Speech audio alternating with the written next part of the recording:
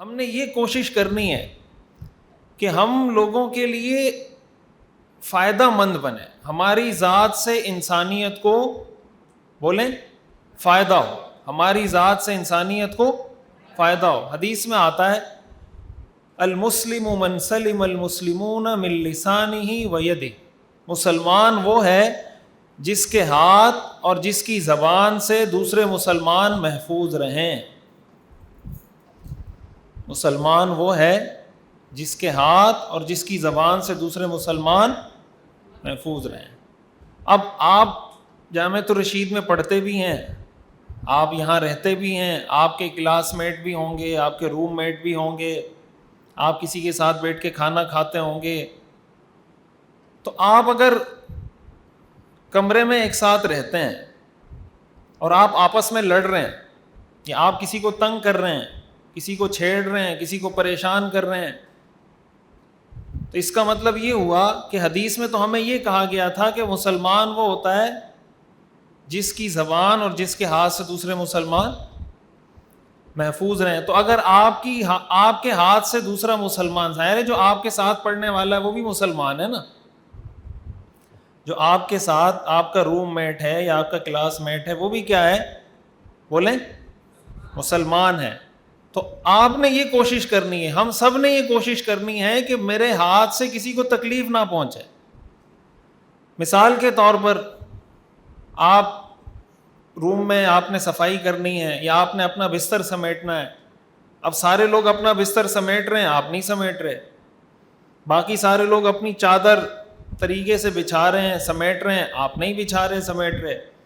تو اب جو چادر صحیح طریقے سے نہیں سمیٹ رہا, جو اپنا بستر نہیں سمیٹ رہا, یا اس کی صفائی کی باری ہے وہ صفائی نہیں کر رہا, اس کا مطلب یہ ہوا کہ یہ سب کو تکلیف پہنچا رہا ہے. ایسا ہی ہے نا, اس کا مطلب یہ ہوا کہ آپ جب صفائی نہیں کر رہے تو صفائی نہ ہونے کی وجہ سے آپ کے ٹیچرز کو بھی تکلیف ہوگی, آپ کے بڑوں کو بھی تکلیف ہوگی, جو آپ کے روم میٹ یا کلاس میٹ ہیں ان کو بھی تکلیف ہوگی. تو ایک کام سے آپ 10, 15, 20 لوگوں کو ایک ساتھ تکلیف پہنچا رہے ہوتے ہیں. حدیث میں آتا ہے الایمان بضع و 70 شعبۃ, ایمان کے 70 سے زائد شعبے ہیں. بولیں ایمان کے 70 سے زائد شعبے ہیں. الایمان بضع و 70 شعبۃ. پھر آپ نے فرمایا فافضلها قول لا الہ الا اللہ, سب سے افضل شعبہ وہ لا الہ الا اللہ ہے. اور آپ نے فرمایا ایمان کا سب سے کم درجہ, ایمان کا بولیں سب سے کم درجے کا مطلب یہ کہ اس کے بعد ایمان نہیں ہے, یہ مطلب ہے. ایمان کا سب سے کم درجہ آپ نے فرمایا اماطۃ الاذی عن الطریق, راستے سے تکلیف دہ چیز ہٹانا. یعنی آپ راستے میں جا رہے ہیں, کچرا پڑا ہوا ہے, آپ نے اٹھا کے ڈسٹ بن میں ڈال دیا. کوئی کانٹا پڑا ہوا ہے, آپ کو لگتا ہے یار کسی کے پاؤں میں چبھ جائے گا, آپ نے اٹھا کے سائڈ پہ کر دیا. کوئی کیل آپ کو نظر آئی سڑک پہ, آپ کو لگا کہ یار یہ کیل پہ کوئی بائک والا گزرے گا, گاڑی والا گزرے گا, اس کا ٹائر پنچر ہو جائے گا, آپ نے وہ کیل اٹھا کے کہیں سائڈ پہ کر دیا. سمجھ آ رہی بات؟ کوئی پتھر ہے, آپ کو لگتا ہے کہ یار کسی کا پاؤں اس میں آ کے وہ گر جائے گا, آپ نے وہ پتھر اٹھا کے سائڈ پہ پھینک دیا. حضور علیہ الصلوۃ والسلام نے فرمایا یہ ایمان کا سب سے کم درجہ ہے, سب سے کم درجہ ہے. اس کا مطلب یہ ہوا کہ اگر کسی میں یہ سینس بھی نہیں ہے کہ میں راستے سے تکلیف دہ چیز ہٹاؤں, تو اس کو اپنے ایمان کی فکر کرنی چاہیے کہ بھائی میں کیسا مومن ہوں. اس لیے کہ حضور نے تو سب سے جو منیمم سٹینڈرڈ بتایا ایمان کا, وہ یہ بتایا کہ اس کو کہیں کوئی ایسی چیز نظر آئے کہ اس کو لگے کہ یار اس سے تکلیف ہوگی کسی کو, وہ کوشش کرتا ہے کہ وہ راستے سے جگہ سے وہ چیز ہٹائے.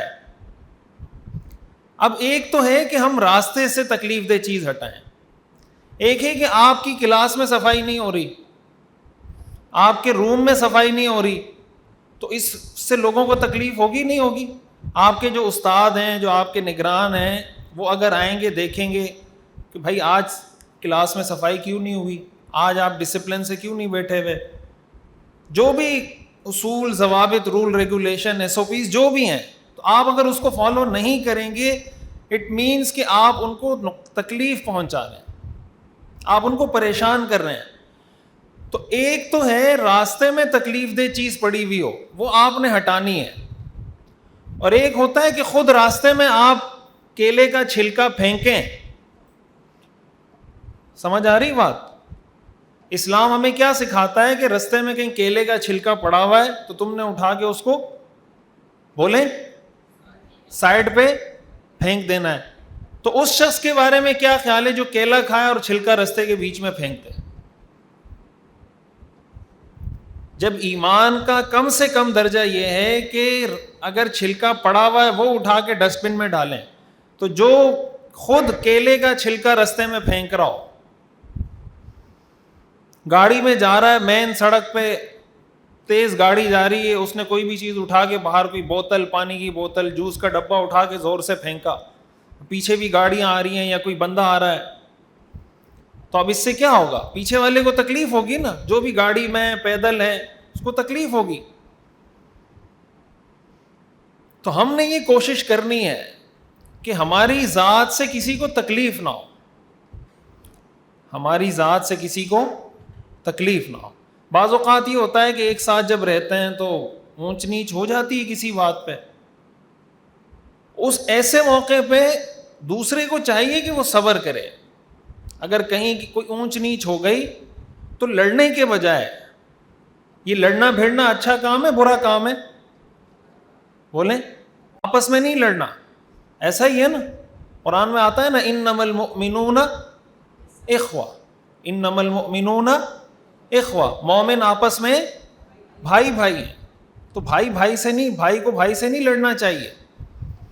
اور پھر خدا نہ خواستہ اگر کوئی لڑ بھی رہا ہے اور لڑتے ہوئے وہ کسی کو گالی دے رہا ہو، یہ تو ناقابل معافی جرم ہے. حدیث میں آتا ہے، رسول اللہ صلی اللہ علیہ وسلم نے ارشاد فرمایا، منافق کی، آپ نے فرمایا 4 نشانیاں، 4 چیزیں ایسی ہیں جو کسی میں ہوں وہ خالص منافق ہے، پکا ٹھکا منافق ہے. 4 من کن فیہ کان منافقا خالصا، 4 چیزیں ایسی ہیں جو کسی انسان میں موجود ہوں، اس کا مطلب ہے کہ وہ پکا منافق ہے. تو ہم نے مومن بننا ہے منافق بننا ہے؟ بولیں، ہم سب نے کیا کوشش کرنی ہے، مومن بننے کی یا منافق بننے کی؟ منافقین کے بارے میں آتا ہے ان المنافقین فی الدرک الاسفل من النار، کہ منافق جہنم کے بھی بالکل نچلے طبقے میں ہوں گے، کافروں سے زیادہ سخت عذاب منافقین کو ہوگا. ان المنافقین فی الدرک الاسفل من النار. آپ نے فرمایا 4 نشانیاں ہیں.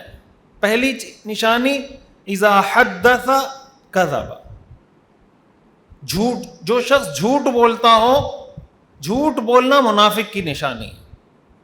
بولیں، یہ جملہ میرے ساتھ بولیں، جھوٹ بولنا، جھوٹ بولنا منافق کی نشانی ہے. یہ پورا جملہ بولیں، جھوٹ بولنا منافق کی نشانی ہے. تو جس میں یہ نشانی پائی جائے وہ مومن نہیں ہوتا، وہ منافق ہوتا ہے. یہ بات سمجھ میں آ رہی ہے؟ تو ہم نے کوشش کرنی ہے کہ ہم منافقین کی فہرست میں شامل نہ ہوں، ہم مومنین کی فہرست میں شامل ہوں. تو جب یہ منافق کی نشانی ہے تو ہم سچ بولیں گے جھوٹ بولیں گے؟ بولیں، سچ میں حدیث میں آتا ہے الصدق ینجی والکذب یہلک، سچ بچاتا ہے اور جھوٹ تباہ کرتا ہے. سچ نجات دیتا ہے اور جھوٹ ہلاک کرتا ہے. وقتی طور پہ بعض اوقات آدمی کو لگتا ہے میں نے استاد کو جھوٹ بول دیا، میں کلاس میں نہیں آیا تھا، استاد نے پوچھا کیوں نہیں آئے تھے، تو میں تو سویا ہوا تھا، لیکن ویسے ہی کہہ دیا میں بیمار تھا، حالانکہ بیمار نہیں تھا. تو استاد کو لگا کہ یار بیمار ہوگا تو اس نے کچھ نہیں کہا. اگر اس کو پتا ہوتا کہ نہیں یار یہ تو بیمار نہیں تھا، ویسے ہی غائب تھا، تو ہو سکتا ہے وہ تنبیہ کرتے، وہ ڈانٹتے، وہ کہتے کلاس کے باہر کھڑے ہو جاؤ. تو میں نے جھوٹ بول دیا، میری جان چھوٹ گئی. تو یہاں تو جان چھوٹ گئی، قیامت کے دن تو نہیں چھوٹے گی. دنیا کی تکلیف زیادہ ہے یا آخرت کا عذاب زیادہ ہے؟ آخرت کا عذاب بہت زیادہ ہے. تو دنیا کی تکلیف، آدمی جب سچ بولتا ہے نا، سچ بولنے سے انسان میں کانفیڈنس آتا ہے، جھوٹ بولنے سے انسان کانفیڈنس لوز کرتا ہے. سمجھ آ رہی بات؟ کانفیڈینس اس لیے آتا ہے کہ جب آپ سچ بولتے ہیں اس کا مطلب آپ حالات کا مقابلہ کر سکتے ہیں. کوئی بھی مشکل آپ کو پتا ہے کہ یار میں سچ بولوں گا کوئی مشکل آئے گی, لیکن آپ میں کانفیڈینس ہے, آپ سچ بول رہے ہیں, اس کا مطلب کوئی حالات آپ پر آئیں گے, کوئی چیلنجز آئیں گے, آپ لیڈر بن سکتے ہیں. اس لیے کہ لیڈر وہ ہوتا ہے جو چیلنجز فیس کر سکے. ہر انسان پر زندگی میں مشکل حالات آتے ہیں, آپ پر جب کوئی مشکل حال آئے گا آپ اس کو فیس کر سکیں گے, اس لیے کہ آپ سچ بولتے ہیں. ہمارے پیغمبر حضرت محمد صلی اللہ علیہ وسلم کی پہچان جب آپ کی بعثت نہیں ہوئی تھی, حضور علیہ الصلاۃ والسلام کو نبوت کتنے سال میں ملی تھی؟ کون بتائے گا؟ 40 سال میں. 40 سال سے پہلے معاشرے میں حضور کی پہچان کیا تھی؟ بولیں. صادق اور امین. صادق کس کو کہتے ہیں؟ سچے کو. اور امین امانتدار. تو ہمارے لیے رول ماڈل کون ہے؟ حضور صلی اللہ علیہ وسلم. لقد کان لکم فی رسول اللہ اسوۃ حسنہ. ہمارے رول ماڈل اللہ کے رسول ہیں. اس کا مطلب یہ ہوا کہ ہمارے پیغمبر کی پہچان تھی صادق, تو ہماری پہچان بھی کیا ہونی چاہیے؟ صادق. اگر یہ پہچان ہماری ہے اس کا مطلب ہم عاشق رسول ہیں. اگر یہ پہچان ہماری نہیں ہے اس کا مطلب ہم عاشق رسول. عشق کا پتہ چلتا ہے عمل سے, کہ آپ فالو کتنا کرتے ہیں. تعصی الالہ وانت تظہر حبہ ھذا لعمری فی الانام بدیع لو کان حبک صادقا لاطعتہ ان المحب لمن یحب مطیع. یہ کیسی محبت ہے کہ دعویٰ بھی کرتے ہیں کہ ہمیں اللہ کے رسول سے محبت ہے, اور اللہ کے رسول ایک گائیڈ لائن دے رہے ہیں اس پہ عمل بھی نہیں کر رہے. آپ کہتے ہیں ہمیں اپنے والدین سے محبت ہے, والدین آپ کو کہتے ہیں بیٹا یہ کام کرو یہ نہیں کرو, آپ والدین کی بات نہیں مانتے, اس کا مطلب آپ کو والدین سے محبت نہیں ہے. تو پہلی نشانی آپ نے فرمایا منافق کی یہ ہے کہ جب بات کرے تو جھوٹ بولے. تو ہم نے کوشش کرنی ہے کہ آئندہ کے بعد اگر اس سے پہلے ہوا سو ہوا اس پر اللہ سے معافی مانگیں.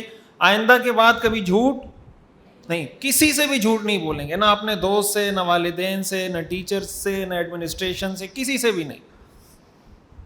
دوسری بات آپ نے فرمایا اذا وعد اخلف. جب وعدہ کرے تو وعدہ خلافی کرے.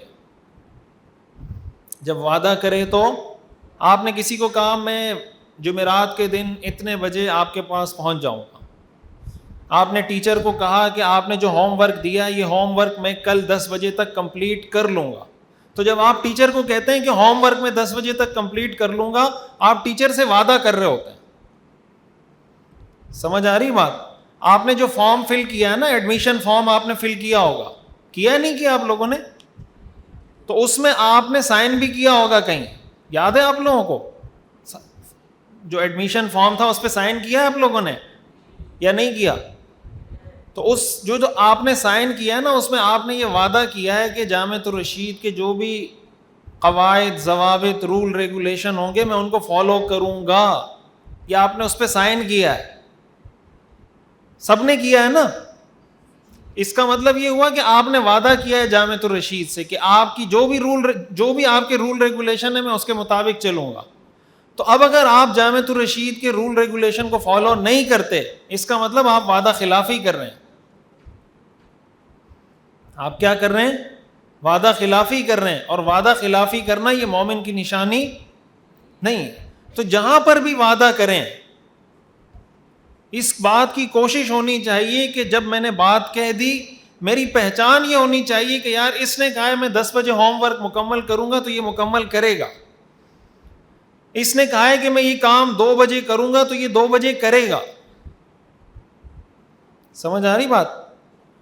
تیسری نشانی آپ نے فرمایا اذا اؤتمن خان. جب اس کے پاس امانت رکھوائی جائے تو خیانت کرتا ہے. آپ کو کسی نے پیسے دیے, یار یہ 100 روپے رکھو کل مجھے دے دینا, آپ نے بجائے اس کو دینے کے خود چائے وائے پی کے ختم اڑا دیے. سمجھ آ رہی بات؟ کسی دوست نے آپ کو کہا ہے یہ 100 روپے رکھو یہ 200 روپے رکھو مجھے کل دے دینا, اور آپ نے چائے پی لی, بعد میں وہ آپ کو کہہ رہا ہے میرے پیسے, آپ کہتے ہیں وہ تو چائے پی لی میں نے. سمجھ آ رہی بات؟ اس کو کہتے ہیں خیانت, اس کو کہتے ہیں کرپشن, کسی اور کا حق مارنا. تو ظاہر ہے کہ آپ ابھی چھوٹے ہیں, آپ پاکستان کا خزانہ تو نہیں لوٹ سکتے نا اس وقت, کیا خیال ہے؟ پاکستان کے خزانے تو نہیں لوٹ سکتے آپ تو یہ 100 روپے ہی لوٹ سکتے ہیں کسی سے. تو اگر آپ 100 روپے لوٹنے سے باز نہیں آئیں گے تو پاکستان کا خزانہ آپ کے ہاتھ میں آئے گا تو وہ کیوں نہیں لوٹیں گے آپ؟ سمجھ آ رہی بات؟ تو آپ کے نیک ہونے کا پتہ اس سے چلے گا کہ آپ کے ہاتھ میں 100 روپے آئے تو آپ اس میں امانت داری کا لحاظ رکھتے ہیں یا نہیں رکھتے. ٹھیک ہے, تو امانت میں خیانت نہیں کرنی. آپ کے پاس جو وقت ہے نا یہ بھی امانت ہے. آپ کے والدین یہاں پر آئے, آپ کو ایڈمیشن دلوایا, وہ آپ کی فیسز پے کر رہے ہیں, وہ آپ کا خیال کرتے ہیں, آپ کی تربیت کا پورا مکمل انتظام والدین کر رہے ہوتے ہیں. اور والدین آپ کو جامعۃ الرشید کیوں لے کر آئیں کہ ہمارے بچے اچھے طریقے سے تعلیم حاصل کریں, اچھی تربیت حاصل کریں. تو اگر آپ اچھی تعلیم اور اچھی تربیت آپ کو دی جا رہی ہے اور آپ حاصل نہیں کر رہے, اس کا مطلب آپ اپنے والدین کے ساتھ خیانت کر رہے ہیں. آپ کس کے ساتھ خیانت کر رہے ہیں؟ والدین کے ساتھ. والدین آپ کو لے کر آئے تھے کہ بیٹا دیکھیں میں آپ کی فیس بھی دے رہا ہوں, میں آپ کے جو خرچے ہیں آپ کو کپڑے بھی دلا کے دیتا ہوں, جوتے بھی دلا کے دیتا ہوں, جو آپ کی ضرورت ہوتی ہے آپ کو جیب خرچی بھی دیتا ہوں, لیکن آپ نے ایک کام کرنا ہے کہ آپ نے پڑھائی پہ فوکس کرنا ہے اور آپ پڑھ نہیں رہے. تو آپ خیانت کس کے ساتھ کر رہے ہیں؟ والدین کے ساتھ. تو خیانت تو ویسے ہی گناہ ہے, اور جو آدمی اپنے والدین کے ساتھ خیانت کرتا ہو وہ کیسا انسان ہے؟ یہ بات سمجھ میں آ رہی ہے؟ جو اپنے استاد کے ساتھ خیانت کرتا ہو وہ کیسا انسان ہے؟ استاد آئے, محنت کی, سبق پڑھایا, اور آپ نے کہا کہ میں سبق یاد کروں گا اور آپ یاد نہیں کر رہے, اس کا مطلب آپ استاد کا وقت ضائع کر رہے ہیں, آپ استاد کے ساتھ خیانت کر رہے ہیں. اور چوتھی نشانی حضور علیہ الصلوۃ والسلام نے فرمائی اذا خاصم فجر, کہ جب وہ کسی سے لڑے تو گالی دے. منافق کی چوتھی نشانی کیا ہے؟ جب اس کی کسی کے ساتھ لڑائی ہو تو وہ گالی دے. تو گالی دینا مومن کی نشانی نہیں ہے, گالی دینا منافق کی نشانی ہے. بات سمجھ میں آ رہی ہے؟ گالی دینا منافق کی نشانی ہے. تو کہیں یہ تو ہمارے دور دور خیال میں بھی کہیں نہیں آنا چاہیے کہ کوئی مدرسے میں پڑھنے والا بچہ ہو اور اس کی زبان سے گالی نکل جائے, اس کا تو سوال ہی نہیں پیدا ہوتا. اور یہ 4 چیزیں ایسی ہیں. پہلی چیز کیا ہے؟ منافق کی 4 نشانیاں میں نے بتائیں. بیچ میں سے کوئی کھڑے ہو کے بتائیں پہلی نشانی کیا بتائی میں نے؟ بیچ میں, یہاں بیچ میں سے, جی. کیا مطلب؟ ہاں, ان سے پہلے پیچھے کوئی اور کھڑے ہوں, دوسری نشانی بتائیں. جی کھڑے ہوں کوئی؟ ہاں بتائیں, آپ بتائیں. ہاں, وعدہ خلافی کرتا ہے. جی تیسری نشانی, جی آپ بتائیں. تیسری نشانی جھوٹ بولنا, وعدہ خلافی کرنا. تیسری نشانی امانت میں خیانت کرنا. چوتھی نشانی وہاں پیچھے سے کوئی بتائیں. جی بتائیں آخر سے, بالکل. جی آپ بتائیں. گالی دینا. تو یہ 4 نشانیاں حدیث میں آتا ہے جس میں ہو کان منافقا خالصا, وہ پکا منافق ہے. اور آپ نے فرمایا جس میں 4 میں سے کوئی نشانی ہو اس کا مطلب وہ اتنے درجے کا منافق ہے. یعنی اگر 4 میں سے 2 ہوں تو 50% منافق ہے, 4 میں سے 1 ہو تو 25% منافق ہے, 4 میں سے 3 ہو تو 75% منافق ہے. آپ نے فرمایا وَإِن صَلَّى وَإِن صَامَ وَزَعَمَ أَنَّهُ مسلم, اگرچہ وہ نماز پڑھتا ہو, اگرچہ وہ روزہ رکھتا ہو, اگرچہ وہ یہ سمجھتا ہو کہ میں مسلمان ہوں. آپ نے فرمایا نماز بھی پڑھ رہا ہوگا, روزہ بھی رکھتا ہوگا, لیکن ہوگا منافق. وَإِن صَلَّى وَإِن صَامَ وَزَعَمَ أَنَّهُ مسلم, اگرچہ وہ نماز پڑھے, اگرچہ وہ روزہ رکھے, اگرچہ وہ یہ سمجھے کہ میں مسلمان ہوں, لیکن اگر یہ نشانیاں اس میں موجود ہیں وہ مسلمان نہیں ہے. تو ہم نے کیا بننا ہے؟ مسلمان بننا ہے نا. ہم نے کیا بننا ہے؟ مسلمان بننا ہے, منافق نہیں بننا. ہم میں مسلمانوں والی نشانیاں ہونی چاہیے. ہمیں کوئی دیکھے, صحابہ کرام لوگوں کو جب دعوت دیتے تھے نا تو کہتے تھے کونو مثلنا, ہماری طرح بن جاؤ. کیسے بن جاؤ؟ ہماری طرح، یعنی ہم جیسے سچ بولتے ہیں ایسے سچ بولو، ہم جیسے امانت دار ہیں ایسی امانت داری کا لحاظ رکھو. تو ہمارا کردار، کریکٹر ایسا ہونا چاہیے کہ ہم کسی کو یہ کہہ سکیں کہ بھائی مسلمان ایسے ہوتے ہیں. یہ بات سمجھ میں آ رہی ہے؟ ہمارا کریکٹر ایسا ہونا چاہیے کہ کوئی کہے بھائی مسلمان کیسا ہوتا ہے، ہم کہیں بھائی ایسا ہوتا ہے. جامعۃ الرشید میں حفاظ ایجوکیشن سسٹم کے جو بچے ہیں ایسے ہوتے ہیں. آپ نے اگر مسلمان دیکھنے تو حفاظ ایجوکیشن سسٹم کے بچوں کو دیکھیں. یہ جھوٹ نہیں بولتے، یہ وعدہ خلافی نہیں کرتے، یہ امانت میں خیانت نہیں کرتے، یہ کسی کو گالی نہیں دیتے، یہ بڑوں کا احترام کرتے ہیں. تو ایسا بنیں گے نہیں بنیں گے؟ بولیں بنیں گے. اور جب گھر جائیں تو گھر میں کس طریقے سے رہنا چاہیے بندے کو؟ گھر میں جب جائیں تو والدین کے ساتھ، بہن بھائیوں کے ساتھ کیسے رہنا چاہیے؟ ادب کے ساتھ. ادب کا کیا مطلب؟ خدمت کرنا اور بات ماننا اور جی عزت کرنا اور اچھے طریقے سے پیش آنا. آپ کو سب پتہ ہے، سب پتہ ہے آپ کو، اسی کو ادب کہتے ہیں. تو عمل کرنا ہے اس پر، اصل چیز عمل ہے. سمجھ آ رہی بات؟ یہ جتنی باتیں آپ نے کی نا کہ بات ماننی ہے، خدمت کرنی ہے، عزت کرنی ہے، جو وہ کہیں وہ کام کرنا ہے، جس سے منع کریں اس کام سے رکنا ہے، اسی کو ادب کہتے ہیں. سمجھ آ رہی بات؟ لیکن اگر آپ کو امی کہہ رہی ہے کہ بیٹا جا کے ٹماٹر لا کے دو، آپ کہیں میں پورا ہفتہ مدرسے میں پڑھ کے آیا ہوں، میں ایک دن کے لیے آیا ہوں، میں ٹماٹر لا کے دوں گا آپ، تو ایسا کہیں گے آپ کہ نہیں میں ٹماٹر لا کے نہیں دوں گا؟ کہیں گے؟ یا امی اگر کہے کہ ٹماٹر لا کے دو، آپ جائیں گے اور لے کر آ جائیں گے، کیا کریں گے؟ اگر امی کہے بیٹا جاؤ موٹر کا بٹن آپ کھول کر آ جائیں، تو آپ کیا کہیں گے کہ نہیں میں تھکا ہوں، میں یہ کام نہیں کر سکتا. حضور علیہ الصلوۃ والسلام کے بارے میں آتا ہے نا، جب آپ کی 12 سال عمر تھی آپ بکریاں چراتے تھے. کیا کرتے تھے؟ بکریاں چراتے تھے. تو بکریاں آپ کیوں چراتے تھے؟ آپ سارے 12 سال کے تو ہوں گے نا، تقریباً سارے 12 سال سے زیادہ ہوں گے، 12 سال کے قریب ہوں گے. حضور اس عمر میں بکریاں چراتے تھے. بکریاں چرانے کا مطلب آپ اس وقت باقاعدہ خود اپنے پاؤں پہ کھڑے تھے، اپنے گھر والوں کی کفالت کرتے تھے، پیسے کماتے تھے.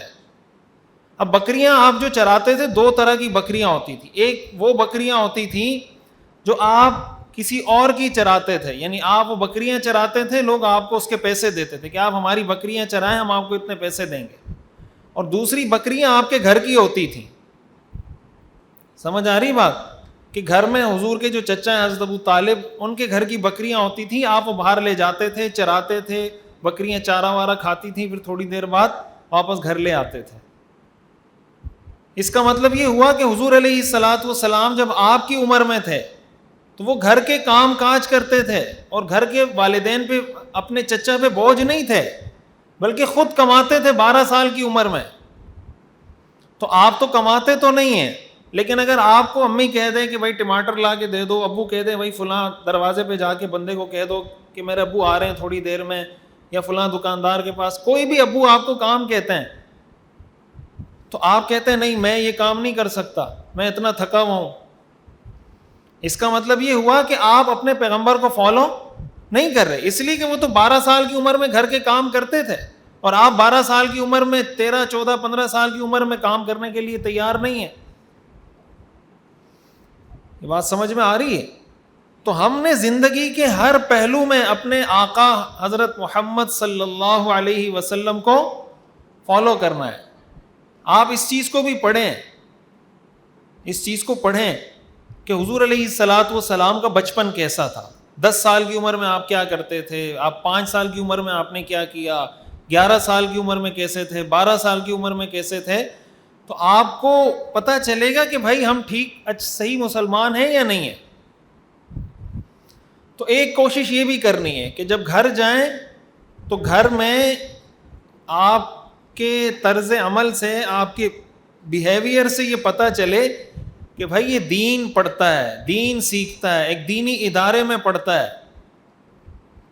اور جب آپ اس طریقے سے بڑے ہوں گے نا تو آپ بڑے ہو کر انشاءاللہ ایک اچھے انسان بنیں گے, اچھے مسلمان بنیں گے.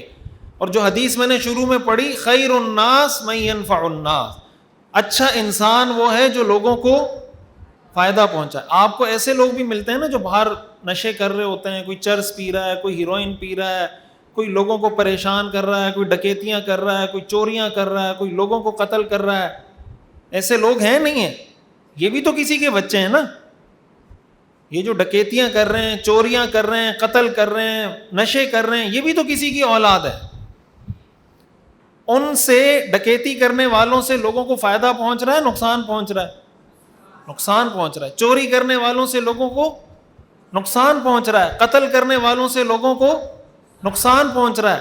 ہم نے ایسا نہیں بننا, ہم نے ایسا بننا ہے کہ ہماری ذات سے لوگوں کو فائدہ پہنچے. اور اگر کسی کو کسی بھی وجہ سے تکلیف پہنچ رہی ہے, ہم نے یہ کوشش کرنی ہے کہ اس کی تکلیف کو دور کرنے میں اپنا کوئی حصہ شامل کر سکیں. اس کی کوشش کریں گے. اللہ تعالی ہم سب کو سمجھنے کی اور عمل کرنے کی توفیق عطا فرمائے. آخر دعوانا الحمدللہ. آپ کا کوئی سوال ہے تو سوال کریں, بچوں میں سے کسی کا کوئی سوال ہو تو. ٹھیک ہے, ان کو اپنے مسئلے کی فکر ہے, کہہ رہے تراویح کے بدلے میں جو پیسے ملتے ہیں وہ جائز ہے یا جائز نہیں؟ بیٹا جمہور یہی, مفتی شفیع صاحب اور جمہور جتنے علماء ہیں وہ سب حضرات یہی کہتے ہیں کہ تراویح کی اجرت لینا ٹھیک نہیں ہے.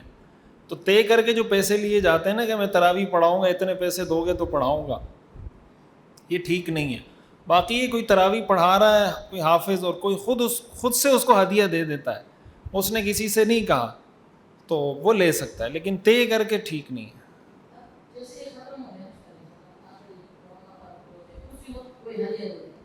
ٹھیک ہے, کوئی مسئلہ نہیں ہے. پہلے سے ان کو نہ کہیں مجھے ہدیہ نہیں دیں گے تو میں ناراض ہو جاؤں گا, اور ناراض ہوں بھی نہ.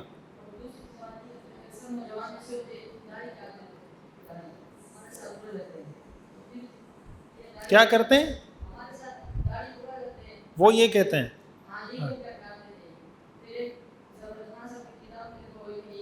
یہ مفتی ظہور علی خان صاحب کا مرید لگتا ہے میرے. ٹھیک ہے, بس ایسے نہیں کہنا چاہیے, بری بات ہے, ایسی بات نہیں کرنی چاہیے, ایسی بات نہیں کرنی چاہیے. اور کوئی سوال؟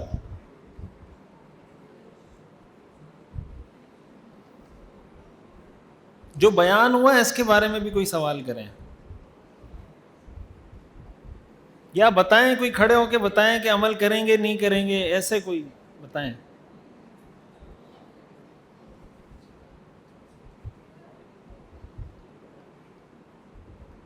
جی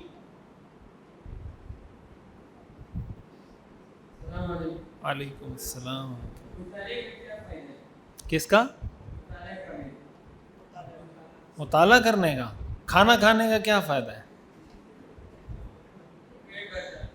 پیٹ بھر جاتا ہے نا, انسان کا خون بنتا ہے, گوشت بنتا ہے, چربی بنتی ہے, آنکھیں کام کرتی ہیں, کان کام کرتے ہیں. مطالعے کا بھی یہی فائدہ ہے. سمجھ آ رہی بات؟ مطالعے کے بغیر انسان اندھا بھی ہے, بہرا بھی ہے, نابینا بھی ہے, سب کچھ ہے. جب مطالعہ کرتا ہے تو اس کی آنکھیں بھی کام کرتی ہیں. آنکھیں دو طرح کی ہوتی ہیں, ایک دل کی آنکھ ہوتی ہے, ایک یہ آنکھیں ہوتی ہیں. تو کھانا کھانے سے یہ والی آنکھیں کام کرتی ہیں, اور مطالعہ کرنے سے دل کی آنکھیں کام. قرآن میں آتا ہے نا, لہم قلوب لا یفقہون بہا, ان کے دل ہیں سمجھتے نہیں ہیں. لہم اعین لا یبصرون بہا, ان کی آنکھیں دیکھتے نہیں ہیں. تو کیا ان کی آنکھیں نہیں تھیں؟ آنکھیں بھی تھی, وہ دیکھتے بھی تھے, لیکن جو چیز دیکھنے کی ہے وہ ان کو نظر نہیں آتی. صحیح کو غلط, غلط کو صحیح. جیسے کسی کے سامنے سے سانپ آ رہا ہو نا, اور وہ بیٹھا ہوا ہے, اب اس کو پتا ہے کہ سانپ میرے قریب آ رہا ہے, تو اس کا مطلب کیا ہے, اس کو اٹھ جانا چاہیے یا سانپ کو مارنے کی کوشش کرنی چاہیے. لیکن اگر وہ نہیں اٹھ رہا تو لوگ اس کو کیا کہتے ہیں کہ بھائی تو اندھا ہو گیا ہے کیا؟ کہتے نہیں کہتے اندھا ہو گیا ہے کیا؟ مطلب سانپ آ رہا ہے, تو ہٹ کیوں نہیں رہا یہاں سے, یا سانپ کو مار کیوں نہیں رہا؟ اس کا مطلب اس کی آنکھیں تو ہیں, لیکن ان آنکھوں کا جو فائدہ ہے وہ اس سے حاصل نہیں کر رہا. تو مطالعے کا فائدہ یہ ہوتا ہے کہ مطالعہ انسان کی زندگی کا ایسے ہی حصہ بن جاتا ہے جیسے انسان کی آنکھ, کان, ناک, انسان کا گوشت, یہ سارے جیسے انسان کا جسم کا حصہ بنتا ہے. تو جیسے بعض اوقات آدمی نے کھانا کھایا, جیسے مثلا 10 دن کا بچہ ہے نا, تو 11ویں دن اگر آپ اس کو ناپیں گے وہ بڑا ہوگا یا اتنا ہی ہوگا 11ویں دن؟ بولیں 10 دن کا بچہ ہے چھوٹا, اگر آپ 11ویں دن اس کو ناپیں گے کہ یار یہ تو کل بھی اتنا ہی تھا آج بھی اتنا ہے, یا آپ اپنے آپ کو ناپنا شروع کر دیں کہ کل میں اتنا تھا, آج 21 تاریخ, آج 20 ہے, کل 21 ہے, کل 22 ہے, میں 22 کو بھی اتنے فٹ اتنے انچ کا تھا, آج بھی, پرسوں بھی اتنے انچ کا ہوں, ترسوں بھی اتنے انچ کا ہوں. اس کا مطلب کیا آپ بڑے نہیں ہو رہے, یا ہو رہے ہیں نہیں ہو رہے؟ تو پھر آپ کل بھی اتنے انچ کے تھے, آج بھی اتنے انچ کے, اس کی کیا وجہ ہے؟ کل بھی مثال کے طور پر آپ 3 فٹ 4 انچ کے تھے, آج آپ اپنے آپ کو ناپ رہے ہیں, آج بھی 3 فٹ 4 انچ کے ہیں, پرسوں ناپ رہے ہیں پھر بھی 3 فٹ 4 انچ کے ہیں. تو آپ تو کھانا کھا رہے ہیں, بڑے نہیں ہو رہے. تو آپ بڑے ہو رہے ہیں, آپ کو بعد میں پتہ چلے گا جب آپ بڑے ہو جائیں گے کہ میں بڑا ہو گیا ہوں. آپ پہلے اتنے تو نہیں تھے نا جتنے ہیں, کیا خیال ہے؟ اس سے بھی چھوٹے تھے, تو اب بڑے ہو گئے, اب اور انشاءاللہ بڑے ہو جائیں گے. تو مطالعہ انسان کی زندگی, مثال کے طور پر آپ نے کہیں پڑھا کہ یار سچ بولنا چاہیے, اب وہ سچ آپ کی زندگی میں آ جائے گا. مطالعہ آپ کو یاد ہو یا یاد نہ ہو, سچ آپ بولنا شروع کر دیں گے, تو آپ کی زندگی کا ایسا ہی حصہ بن گیا جیسے خون آپ کی زندگی کا حصہ, وہ الگ نہیں ہوتا. سمجھ آ رہی بات؟ اس لیے مطالعہ ضرور کرنا چاہیے. اور کوئی سوال؟ السلام.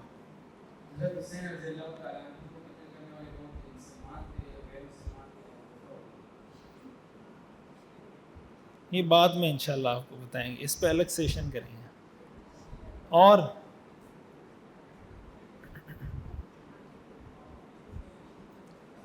آپ لوگ ابھی اپنی پڑھائی پہ فوکس کریں, ان چیزوں میں آپ فی الحال نہ پڑھیں. آپ کو جو پڑھایا جا رہا ہے نا, عربی, انگلش, میتھ, سائنس, جو چیزیں پڑھائی جا رہی ہیں آپ اس پہ فوکس کریں. آپ جب بڑے ہو جائیں گے یہ چیزیں بعد میں پڑھنے کی آپ کو پڑھائی جائیں گی انشاءاللہ بعد میں. فی الحال اپنی جو چیز پڑھائی جا رہی ہے اس پہ فوکس کریں. وعلیکم السلام. مجبور ہو جائے اساتذہ کا ادب کرنے پہ, بس کوشش کرنی چاہیے. ظاہر ہے کہ کوئی برا جیسے ادب نہیں کر رہا تو آپ کو برا لگ رہا ہے تو اچھی بات ہے, برا لگنا چاہیے. یہ انسان کے مسلمان ہونے کی نشانی ہے کہ اس کو برا کام برا لگے. حدیث میں آتا ہے نا کہ مومن کی نشانی یہ ہے کہ جب اس سے کوئی گناہ ہوتا ہے اس کو ایسے لگتا ہے جیسے پہاڑ اس کے سر پہ آ گیا ہو. اور منافق کی نشانی یہ ہے کہ وہ گناہ کرتا ہے تو گویا اس کی ناک پہ مکھی بیٹھی تھی, اس نے یوں کر کے اڑا دی, پتہ ہی نہیں, ٹینشن ہی نہیں لیتا. باقی یہ ہے کہ کوشش کرنی چاہیے طریقے سے. دیکھیں دوستوں میں جب آپ ایک دوسرے سے بات کر رہے ہو نا, تو دوست کو دوست اس طرح نہیں سمجھاتا جیسے استاد اپنے شاگرد کو سمجھاتا ہے. آپ جب اپنے دوست کو یوں سمجھانے کی کوشش کریں گے جیسے آپ اس کے استاد ہیں, وہ آپ کا شاگرد ہے, وہ آپ کی بات کبھی بھی نہیں مانے گا, اس لیے کہ وہ آپ کا شاگرد نہیں ہے, وہ آپ کا کلاس فیلو ہے. تو آپ اس سے بے تکلفی میں بات کریں. چائے پیتے ہوئے بات کی, یار یہ جو تم نے بات کی تھی نا استاد جی سے یہ ٹھیک نہیں کی تھی, اس طریقے سے بے تکلفی میں بات کریں گے اسے. لیکن اگر آپ بڑے بن کے سمجھائیں گے کہ نہیں میں بڑا ہوں تم چھوٹے ہو, تو ظاہر ہے آپ ایک کلاس میں پڑھ رہے ہیں, پھر وہ بات نہیں مانتا. باقی کوشش کرنی چاہیے, پھر بھی نہ مانے پھر اس کے لیے دعا کریں نماز کے بعد, یا اللہ میرے اس دوست کو بھی ادب کرنے کی توفیق عطا فرما, تو انشاءاللہ اللہ آپ کی دعا کو قبول کرے گا. نہیں ایسے موقع پہ تو جھوٹ بولنا ٹھیک نہیں. دیکھیں کسی کی لڑائی ہوئی بھی ہو نا, آپ صلح کروا رہے ہیں اور آپ کو لگتا ہے کہ جیسے وہ بہت غصے میں, آپ اس کو کہتے ہیں یار وہ تو آپ کی اتنی تعریف کر رہا تھا اور وہ تو کہہ رہا ہے یہ اتنا اچھا آدمی ہے, ایسا کوئی موقع ہو وہاں تو جھوٹ بول سکتے ہیں تاکہ ان کی صلح ہو جائے. آپ کی جیسے امی ابو کی لڑائی ہو جاتی ہے, ابھی آپ ابو کو سمجھانے کی کوشش کر رہے ہیں تو آپ ابو کو کہیں امی تو آپ کی اتنی تعریف کر رہی تھی, امی کہہ رہی ہیں آپ کے ابو تو اتنے اچھے ہیں, یہ ہمارے لیے یہ بھی کرتے ہیں وہ بھی کرتے ہیں, اور آپ امی سے لڑ رہے ہیں, تو یہ تو ٹھیک ہے. اس ایسے موقع پہ آپ جھوٹ بھی بولتے ہیں تو ٹھیک ہے. ویسے اس لیے کہ کسی کو برا لگے گا تو جھوٹ نہیں بولا جا سکتا. یہ ضروری نہیں ہے کہ آپ سچ بولیں, لیکن یہ ضروری ہے کہ جھوٹ نہ بولیں. اگر آپ کو لگتا ہے سچ برا لگے گا خاموش رہیں, نہ بولیں, کچھ نہ بولیں.